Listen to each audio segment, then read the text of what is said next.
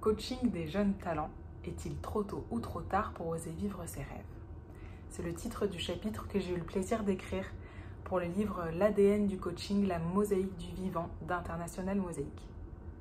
Alors l'histoire commence par un sourire en marchant dans la rue.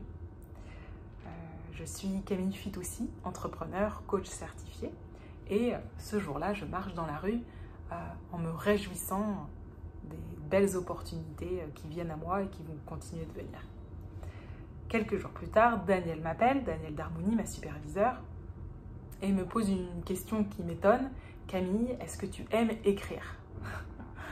Alors, s'ensuit une belle proposition d'écrire un chapitre dans le livre qu'elle souhaite faire paraître à destination des passionnés de l'accompagnement. Donc, je suis à la fois hyper heureuse, hyper touchée, très honorée aussi de pouvoir contribuer à ce beau projet. Et puis à la fois en prise de doute qui commence à arriver. Et finalement, ma volonté de porter la voix des jeunes générations que j'accompagne, notamment parmi mes clients, a raison de mes doutes. Et j'accepte la proposition une semaine plus tard. Je trouve très vite le sujet du rapport au temps, parce que je me rends compte que ces jeunes générations que j'accompagne sont pris dans une forme de double injonction. D'une part, il est trop tôt pour eux, du fait de leur manque d'expérience et donc de crédibilité pour se lancer dans la réalisation de leurs rêves. Et puis à la fois, il est trop tard, du fait de l'urgence, du sentiment d'accélération, du FOMO dont je parle dans le chapitre, et de l'urgence environnementale aussi.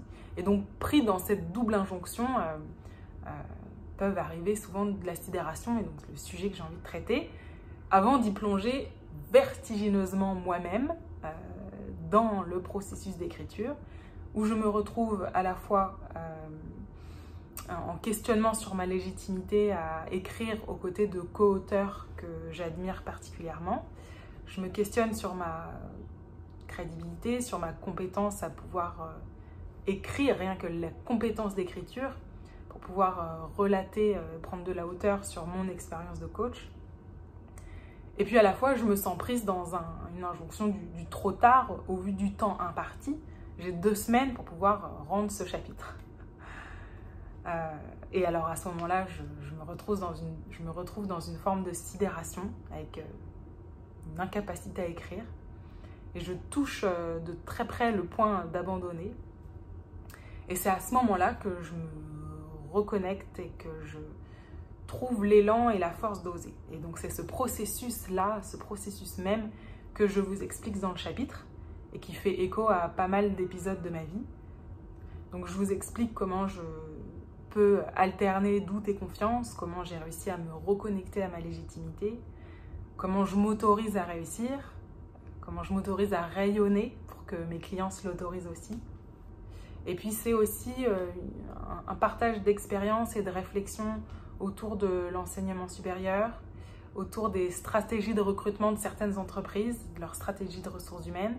Et donc c'est aussi une invitation à se questionner sur notre responsabilité individuelle et collective. Et puis dans ce chapitre, je vous partage aussi un cas de coaching, d'accompagnement coaching. Donc, j'aurais envie de tous les choisir parce qu'ils me marquent tous d'une certaine façon, mais j'en ai choisi un en particulier que je vous laisserai découvrir. Et finalement, je me rends compte que ce chapitre, ce n'est pas une finalité, c'est un moyen.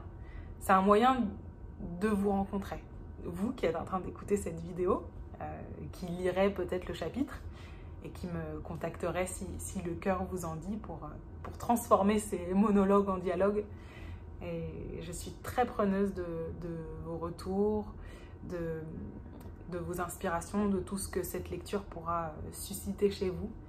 J'aimerais que ce chapitre soit au service de la rencontre entre nous, entre vous. J'aimerais aussi que ce soit une invitation à vous mettre en mouvement, dans le mouvement de la vie, parce que je pense que l'expérience du mouvement et de la rencontre et de la relation, c'est peut-être là que se trouve la finalité de la vie, l'expérience en soi. Et j'aimerais conclure sur le fait que cette double injonction du trop tôt, trop tard, elle est aussi conjoncturelle, structurelle d'une certaine façon. Et elle ne concerne pas seulement que les leaders en herbe, comme j'aime les appeler, mais aussi les plus avertis. Et donc elle pourrait concerner tous les leaders du vivant. Et donc j'aimerais vous inviter à danser, à faire cette danse dans le mouvement de la vie ensemble, à avancer main dans la main au service d'un futur désirable.